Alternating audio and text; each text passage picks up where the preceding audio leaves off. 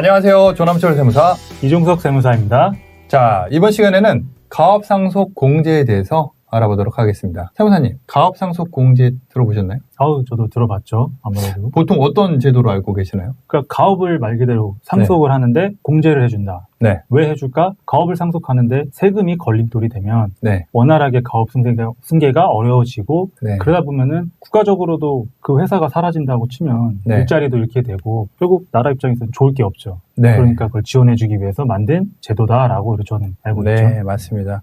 아무래도 가업을 하는 데 있어갖고 상속할 때 공제를 해준다. 상속이라는 거는 돌아가셔야지 시작 카운팅이 된다는 거예요. 이 제도를 신청하려고 그러면 일단 돌아가시는 게 전제가 돼야 돼요. 네. 그런데 이 제도의 약간 맹점이 뭐냐면은 해외 선진국 같은 경우는 조금 이 제도를 보완한 제도들도 있긴 하지만은 가업상속 공제라는 좋은 제도가 있습니다. 500억까지 공제를 해주는데 전제가 돌아가셔야 돼요. 네. 아니 근데 돌아가시기 전에 우리가 전략을 세워야 되지 않습니까? 네. 근데 돌아가시는 거를 전제로 전략을 세운다는 것 자체가 이게 같은 책상에 앉아갖고 이게 할 말이냐 이거죠. 돌아가셔야지 이게 전략 세운 게 실행이 딱 되는 거야. 딜레마죠. 네. 그러면은 외국 같은 경우는 돌아가시기 전에도 이러한 상속공제를 사전증여를 한다 하더라도 인정받을 수 있게끔 해주는 제도가 있는데요. 어쨌든 가업상속공제에 대한 혜택이 정확하게 맞는 회사 같은 경우는 공제 가능합니다. 어떤 회사가 가능하고 어떻게 가능할 수 있는지 한번 알아보도록 하겠습니다. 자, 가업의 요건이 있습니다. 가업의 요건은 조특법상의 이제 중소기업으로서 직전 3년 평균 매출이 3천억 이상이고, 그 다음에 10년 이상 계속해서 50%의 지분을 갖고 있는 그 회사가 대상입니다. 네. 그리고 피상속인의 요건은 아버지 또는 어머님의 요건이 되는데요. 가업 영위 기간 자체가 다음에 세 가지 요건 중에서 한 가지라도 충족이 된다고 하게 되면은 해당이 되는데요. 상속 개시일부터 소급해갖고 10년 중에서 5년 이상을 근무를 했거나 또는 10년 이상을 근속을 하고 퇴임을 해갖고 이제 아들이 승계를 받은 거죠. 네. 그런 경우. 또는 이 전체 가업상속 기간이 30년인데 그 중에서 15년 이상을 근무를 했다. 이 세 가지 요건 중에서 하나가 충족이 된다면 피상속인 요건이 되고요. 그 다음에 이제 상속인 요건, 자녀, 아들이든 딸이든 그 요건에 충족되는 요건 자체는 상속 개시일 현재 만 18세 이상이고, 네. 그 다음에 상속 개시일 전 2년 이내에 회사에 들어와 있어야 돼요. 자, 이것도 이상해. 언제 돌아가실지 알고 언제 들어와 있으라는 거야. 그러게요. 돌아가시기 2년 전에 일단은 들어와 있어서 스탠바이를 하고 있어야 된다는 거고요. 그리고 상속세 신고 기한이 있지 않습니까? 상속세 신고 기한까지 임원으로 취임하고, 네. 임원은 등기 임원을 말합니다. 그리고 신고 기한으로부터 2년 내에 대표이사로 취임을 해야 되는 요건이 있습니다.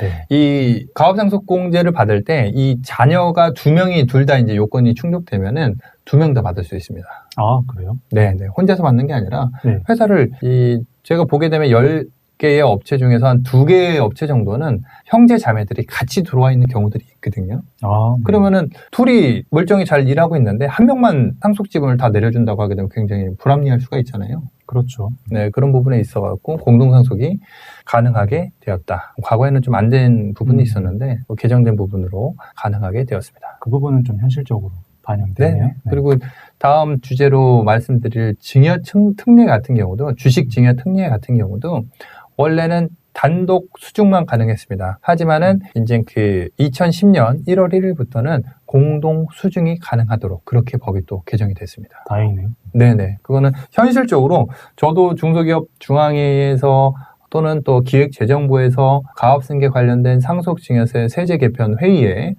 간담회라든지 회의에 참석을 종종 하고 있지만은 우리나라의 가업상속 제도 자체가 굉장히 외국의 제도를 어떻게 보면은 벤치마킹하고 따라가는 입장이다 보니까 조금 더 적극적으로 유럽 선진국이라든지 미국이나 일본 같은 이 가업상속 공제를 많이 활용하고 있는 그런 나라를 벤치마킹할 필요가 있습니다. 네. 그리고 가업상속 공제에 대한 공제 한도가 궁금하실 텐데요. 공제 한도는 가업을 10년 이상 영위를 했다고 하게 되면 200억까지 됩니다. 그리고 10년에서 20년 미만까지는 200억이 되고요. 네. 그다음에 20년에서 30년 사이다 하게 되면 300억 공제가 됩니다. 그리고 30년 이상의 근속을 기업이 영위가 됐다라고 하게 되면은 500억까지 공제가 되는 제도가 있습니다.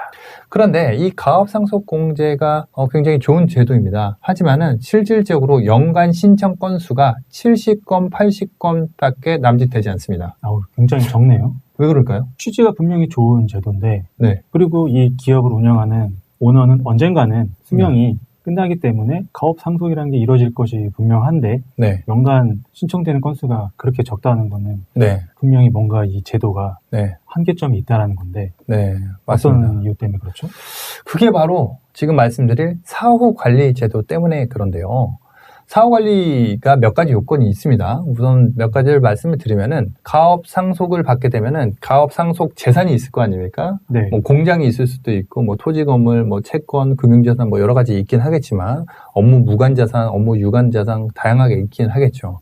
그러면은 가업 상속 재산을 7년 내에 20% 또는 5년 내에 10%를 처분을 하게 되면 이 부분으로 인해 갖고 추징이 되는 부분이 있고요. 그리고 가업에 종사하지 않거나 그다음에 상속받은 지분을 처분하거나 네. 그러면은 또 세금이 추징됩니다. 하지만 보통 사실 뭐 주식 처분한다고 해서 누가 살 사람이 없습니다. 중소기업 주식이 뭐 거래되는 게 아니기 때문에. 네. 하지만은 중요한 이유가 고용 유지 요건 때문에 그런데요. 네. 그 기준 고용 인원이라고 해갖고 상속 오늘 발생이 됐다고 하게 되면은 직전 2개년 동안의 그 기준 고용 인원 우리가 고용증대 세액공제라든지 그런 거를 할 때 네. 기준 고용 인원이라고 우리가 들어보지 않았습니까? 상시 네. 근로자 수 네. 그런 거를 계산하는 것처럼 매월 말 근로자에 대한 그 월 평균을 냈을 때 그 네. 숫자가 7년간 100% 유지가 돼야 됩니다. 회사가 네. 잘 되면은 뭐 고용을 늘리겠지만 네. 회사가 어려워지면은 또 인원 감축도 있을 수 있는데 네. 그거를 앞으로 7년간 유지를 한다? 그렇죠. 7년간 그런데 이게 불과 몇 년 전까지만 해도 네. 2019년도까지만 해도 기간이 10년이었어요. 10년 동안 네, 지원이 저도 줄면 안 돼. 저도 처음에 공부할 때 10년으로 알고 너무 있었는데 빡빡하잖아요. 네. 너무 빡빡해요.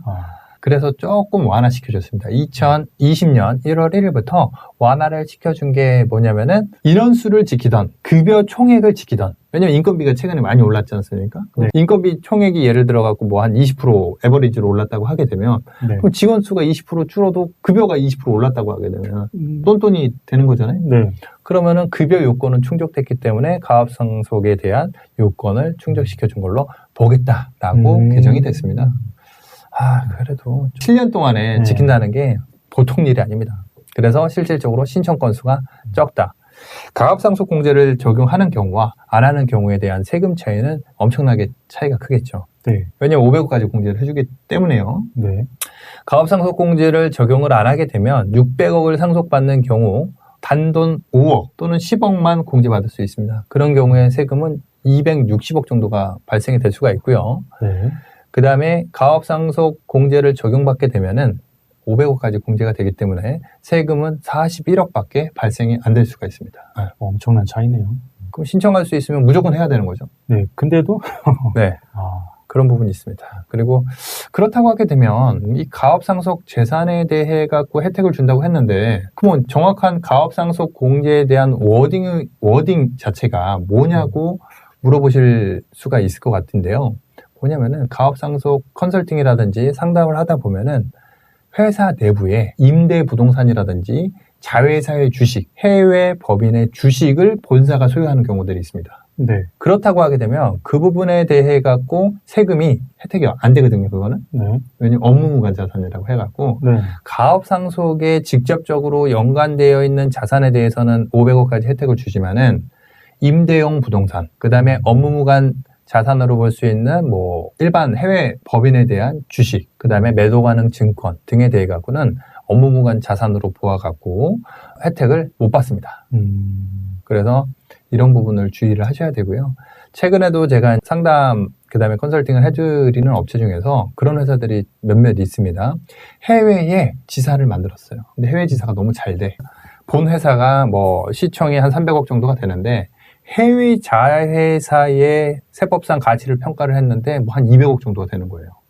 그러면은 한국에 있는 회사가 300억, 그 다음에 해외 자회사가 200억이잖아요. 네. 그럼 전체 비율로 봤을 때는 40%가 해외 자회사란 말이죠. 네. 그럼 해외 자회사에 대해서는 업무무관 자산으로 본다는 거예요. 해외 자회사라고 제가 말씀드리지 않았습니까? 분명히 회사가 영업 활동을 하고 있는 그렇죠. 실체인데도 업무와 관련이 없다는 거예요. 법이 그렇게 지금 생겨먹었어요.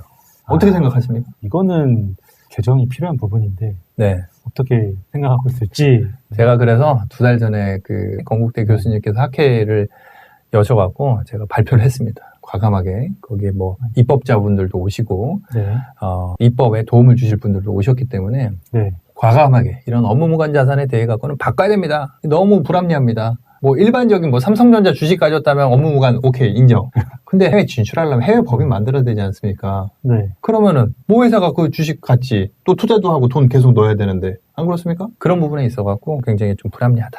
그리고 업무무관 자산의 범위에 비사업용 토지, 임대부동산, 그리고 가지급금, 통상 가지급금이라고 하는데 그런 부분. 그 다음에 과다 보유 현금, 직전 5년 현금 보유액의 150%를 초과되는 거는 업무무관으로 본다는 부분이 있고요. 그 다음에 관련돼 갖고 아까 말씀드린 삼성전자 주식, 뭐 국채, 뭐 그런 것들도 금융상품 그런 것들도 업무무관 자산에 포함이 된다. 그럼 저희가 이거를 플랜을 짜는 데 있어서 가장 중요한 게 어디까지가 네. 업무와 관련이 되는지, 맞습니다. 그래서 그 공제를 받을 수 있는지를 네. 처음에 잘 구분을 짓는 게 상당히 중요하겠네요. 그렇죠. 지금에 있는 자산 중에서 어떤 자산이 업무무관 자산이고 실질적으로 업무무관 자산을 어떻게 피할 수 있는지, 정리할 수 있는지, 뭐 물적 분할을 해야 되는지, 인적 분할을 해야 되는지, 어떤 거를 활용해야 되는지가 굉장히 가압상속공제, 또 이제 징역특례도 똑같이 적용됩니다.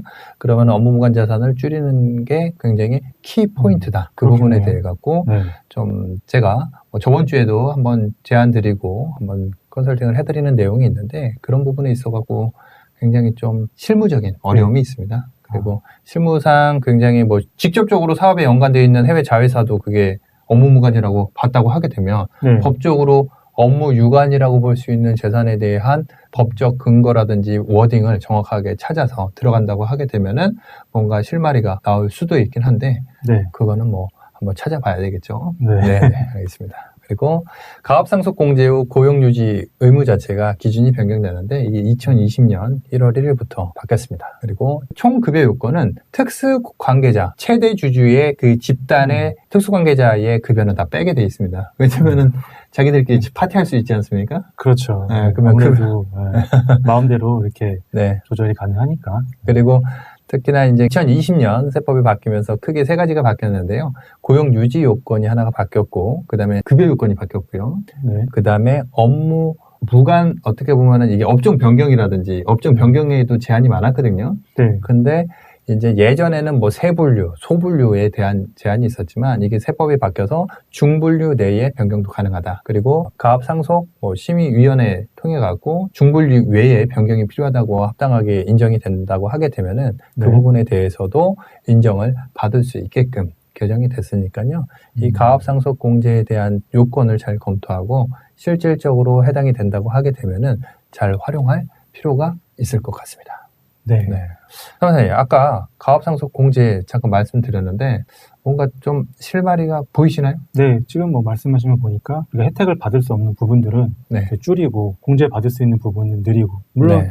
너무 원론적인 얘기긴 하지만 그것조차도 이제 이 납세자분들은 인지하지 못하고 있는 거를 저희가 먼저 일깨워 드려서, 맞습니다. 이거는 사장님께서 보시면은 이거 공제될 것 같을 때 분명히 내 회사 네네. 영업 활동으로 하는 건데 적용이 안 된다고? 이거는 세법에서 정해놓은 거기 때문에 네. 저희가 느낌적인 느낌으로 판단하기에는 네. 분명히 문제가 있을 수 있죠. 네. 그래서 이제 가압상속 공제에 대해 갖고 우선 아셔야 되고 그 다음에 할지 말지는 그 다음에 선택을 하셔야 되겠습니다. 어쨌든 이번 시간을 통해서 가압상속 공제에 대한 기본적인 요건과 사후 관리 주의사항 등을 알아봤습니다. 네. 이번 시간은 여기서 마치도록 하겠습니다. 감사합니다.